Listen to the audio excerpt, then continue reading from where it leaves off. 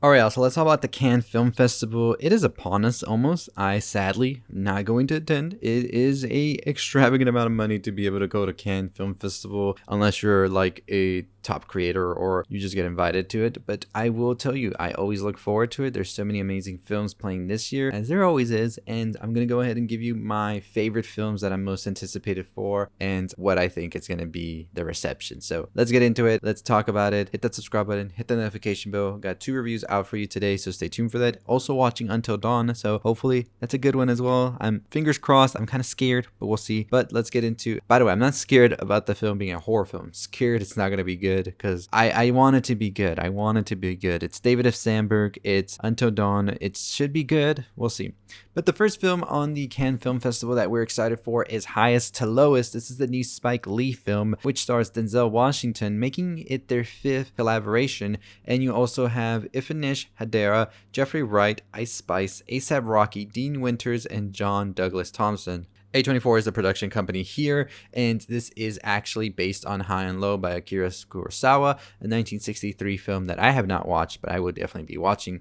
And you know, we're anticipating this one. We will see. It will also be available on Apple TV after its theatrical run. We'll see how this one does. I expect it to be pretty good. Now, the next one is going to be Honey Don't. This is Ethan Coen's new film, and this is actually a film that I've just been reading about and getting very excited for. This is going to be coming to us from Focus Features, and it stars Margaret Qualley as Honey, and you also have Aubrey Plaza, Chris Evans, Charlie Day, Billy Eichner, and this is definitely going to be one of those that is sounding like it could be a very, very good one. So this is actually following the trilogy which started with Drive Away Dolls, which I have not watched yet, but I definitely do want to get into that one before we watch this one. This is actually set in Bakersfield, California, and the film focuses on a private investigator played by Qualley, a cult leader played by Evans, and a mystery woman played by Plaza. So I don't know what we're getting into. Ethan Coen sounds like he is really cooking up some stuff here, and we shall see. And I think also this is the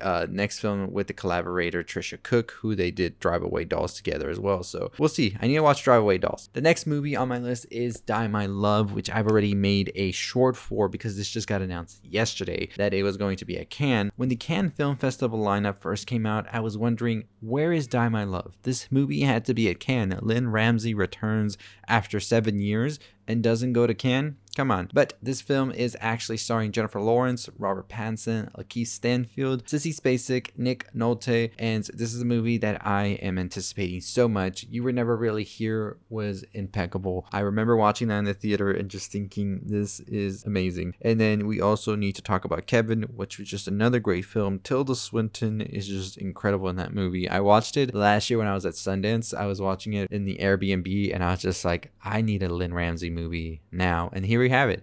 So I'm excited for this one. It is actually a movie that is based on the novel by Ariana Harwicz, in which a new mother in the French countryside develops postpartum depression and enters psychosis. Now we're in Montana's countryside, and the woman's dealing with the same issues as well. We'll see how this one does. A24 has another film as well at Cannes, and it is going to be none other than Eddington, which is the latest Ari Aster film called a contemporary Western black comedy. Stars Joaquin Phoenix, Pedro Pascal, Luke Grimes, Diarde O'Connell, Michael Ward, Austin Butler, and Emma Stone. We just got a trailer for this not too long ago, and I've been saying I am so ready for this one. It's actually going to open on July 18th, 2025. A24 is really hounding for that Palme d'Or, aren't they? The film says in May of 2020, a standoff between a small-town sheriff played by Phoenix and Mayor Pascal sparks a powder keg as a neighbor is pitted against a neighbor in Eddington, New Mexico. So neighbor versus neighbor, that's what we have here. And I'm curious to see how Eddington will really cover the pandemic and all of that. But the other film on our list is Nouvelle Vague, which is a French film directed by Richard Linklater and actually stars Julien Morvec as Jean-Luc Godard, which I'm curious about that, who is the famous director as well. I didn't even know that's what it was about. You have Zoe Dutch as Jean Sauvergue, is an American actress as well, who also was Jean-Luc Godard's Breathless. So I'm curious about this movie. I hadn't even heard about it really, and I just saw it and I was just interested. So we'll see. We'll see how this one does. Next film on our list is The Chronology of Water, which is a biographical romantic drama film directed by Kristen Stewart, making her feature directorial debut. And this is based on a screenplay she co-wrote with Andy Mingo, based on a memoir by Lydia Yuknavitch, and it's actually the same name, the memoir. It says, a young woman finds her voice through the written word and her salvation as a swimmer, ultimately becoming a triumphant teacher, mother, and singular modern writer. I can't talk today, y'all. I can't talk today. But it stars Imogen Poots as Lydia Yuknavitch, and you also have Thora Virch and Earl Cave starring in this one. I'm curious to see what Kristen Stewart's going to do here, and I'm very excited for it as well. The last film on my list, and my most anticipated, actually, it's the best, I say for last. It is Alpha, directed by Julia Ducournau.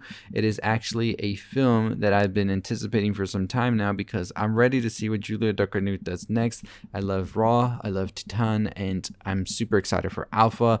This one, it says, Alpha, a troubled 13-year-old lives with her single mom. Their world collapses the day she returns from school with a tattoo on her arm, and apparently it takes place during like the AIDS epidemic, HIV, and I'm curious about this one. There's not much that has been shown just yet about it other than a still and a small synopsis, like I said, but we'll see what happens with this one. And I'm excited for Cannes Film Festival. We are about a month away from it, and we will be discussing every movie that gets received there.